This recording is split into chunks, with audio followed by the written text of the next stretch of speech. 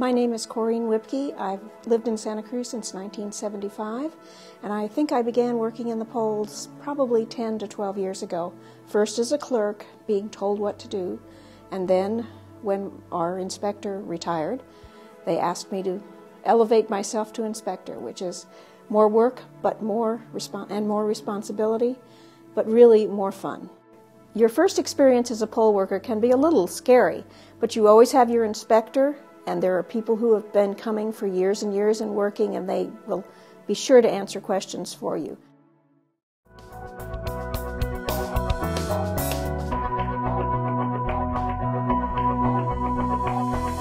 The components of the scanner include the ballot box, the orange data transport bag, and the scanner, which is packed inside a padded case.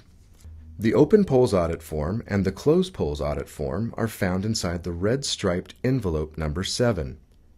Before the polls open, 2 polling officials other than the inspector who transports the voting machines to and from the polling location must verify, complete, and sign the open polls audit form. First, confirm that the 2 openings for ballots on top of the ballot box are exposed so ballots can pass freely into the ballot bin below. Then unpack the scanner by cutting the green security seal and place it on the ballot box so that the scanner is seated securely and the curve on the front of the scanner lines up flush with the curve on the front of the ballot box.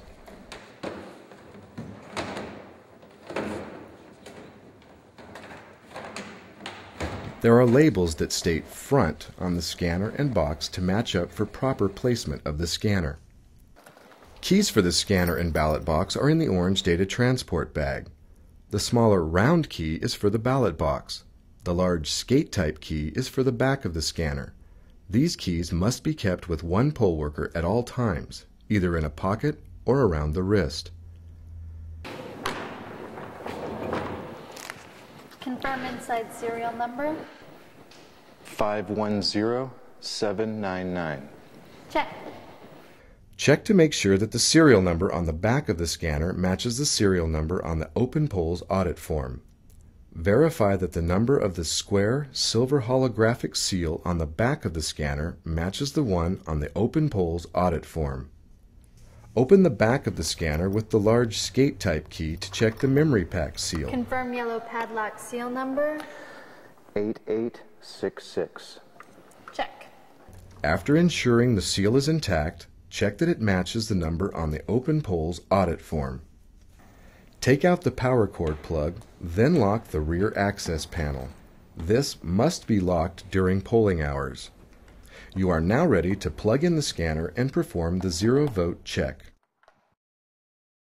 Hi, my name is Manuel, and I am a roving inspector with the Santa Cruz County Elections Department. I can recall a particular instance where I was called out to pick up a optic scanner from a technical rover that was going to be in charge of that particular item and was unable to do that on the actual polling date. And I went out to the person's house, picked up the optic scanner, took it out to the polling site, was talked through the entire process of setting up the unit and processing the first voter entirely over the phone by someone reading off instructions. So it's not something that requires a great deal of education when it comes to setting this thing up, you know, and you don't have to be a rocket scientist to set this thing up and process it through.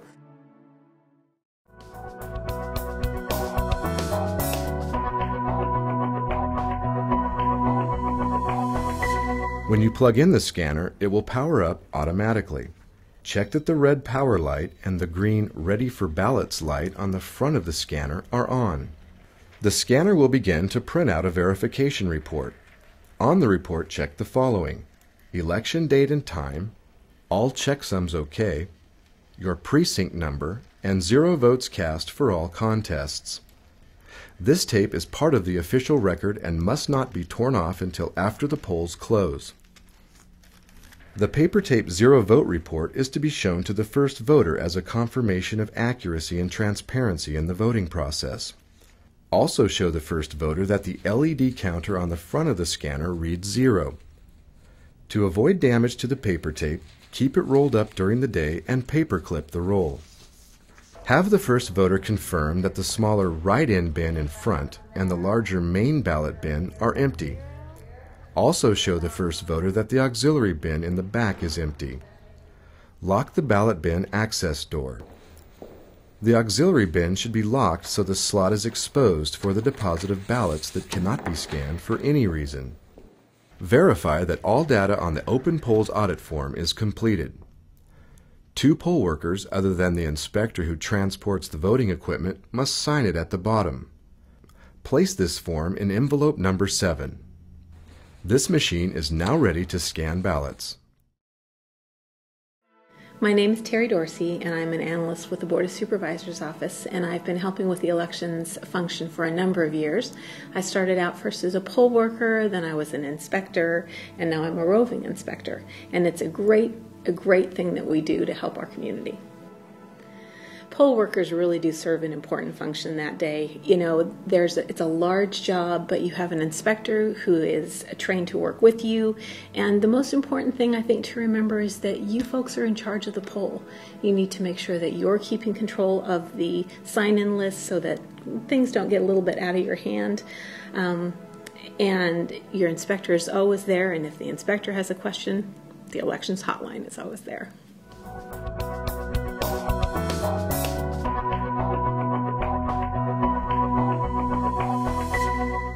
Voters mark ballots by connecting the head and tail of an arrow with a blue or black ink pen pointing to their selection. The ballot can be fed into the scanner either from the top, bottom, front, or back side. If there are no write-in selections, the machine will deposit the ballot into the large bin. Ballots with write-in selections will be placed automatically in the smaller front bin. Give an unmarked ballot to a voter with a secrecy folder. If requested, use a demonstration ballot to show how to complete arrows for making selections. After the voter completes their ballot, instruct them to detach the stub and have the voter insert the ballot into the scanner. If a ballot becomes jammed in the machine, follow the instructions printed on the paper tape to clear the jam. If a ballot jams after it has been scanned and recorded by the machine, place the ballot into the correct bin of the main ballot box. If the ballot is not recorded, either rescan the ballot or spoil the ballot and issue a new ballot to the voter. Votes to be counted later are placed in the auxiliary bin.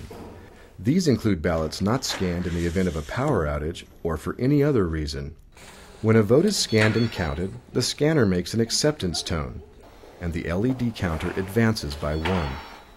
If a ballot is not accepted, the paper tape registers an error notice, an audible rejection sound is heard, and the LED counter does not advance. A ballot with an error is returned out the front of the machine. Check the paper tape to note the reason and to make sure the vote has not been counted. Instruct the voter how to make a readable ballot. The voter can try inserting it again, perhaps from the other end, if a leading edge is wrinkled.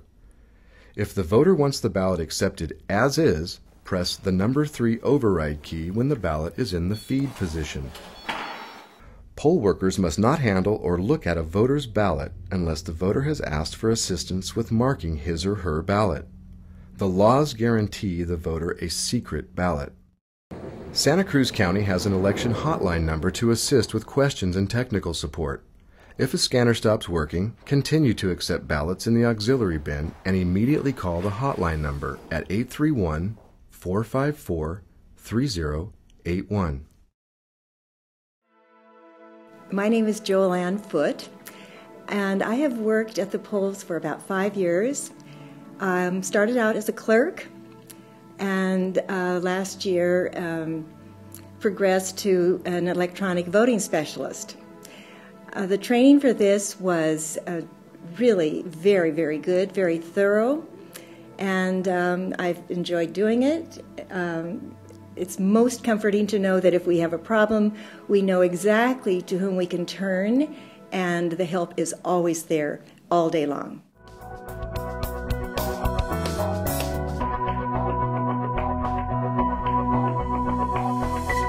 To close the polls on the scanner, follow the Close Polls Audit Form. As with the Open Polls Audit Form, 2 poll workers other than the inspector who transports the machine must fill out, verify, and sign the form.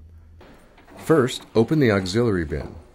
Feed any ballots into the scanner that were not scanned earlier due to a power failure, faulty scanner, or for any other reason. Override any rejections with the number 3 key. Then close and lock the empty auxiliary bin. If any ballots still cannot be scanned, place them into the green striped envelope number 5 and seal the envelope. Let's confirm the Insight serial number. That would be 510799. Check. Let's check the yellow tag. That is 000866. Check. To print the official elections returns tape, unlock the back of the scanner and press the print totals key followed by the 0 key to confirm. I'm going to push the paper feed button to allow some room for signatures. The tape can then be removed. All poll workers need to sign the tape. Then place it in the orange data transport bag. Print out a second vote totals report by pressing the print totals key. Again, have all poll workers sign it and tape it on the door outside the polling place. Then unplug the scanner. Break the yellow seal on the memory pack door and tape the seal on the closed polls audit form. Open the memory pack door, then lift up and slide the lever to the right to release the memory pack. Place the memory pack in the orange data transport bag so the barcode can be seen through the clear side of the bag. Open the ballot bin door to remove the ballots. The ballots from the large main bin go in the bottom of the ballot transport box. The ballots from the smaller write-in bin go on top of the main bin ballots, separated by a bright green divider page. After placing in the certificate of packaging and sealing, the ballot transport box is then sealed with a bright orange tamper-proof seal. Then, with the empty bins inside, close and lock the ballot bin door. The following items need to be inside the orange data transport bag: the memory pack, the official elections return tape, and the keys to the scanner and ballot box. Other items will include any unused backup seals and materials from the touchscreen. After checking the contents, use the seal provided to secure the bag. Place the power cord plug inside the door of the back access panel and lock the door. Lift the scanner straight up off the box. Place it in the padded case carefully upside down so the scanner's ID tag is visible with the zippers closed. You have now finished the closed polls procedures for the scanner. Hi, my name is Bob Kibrick. I've lived in Santa Cruz County for about 36 years, and I've been a poll worker for the last 3 years. It's been a very rewarding experience and a way in which I feel I can help contribute to my community and help encourage people to vote and make them feel good about coming to the polling place to vote.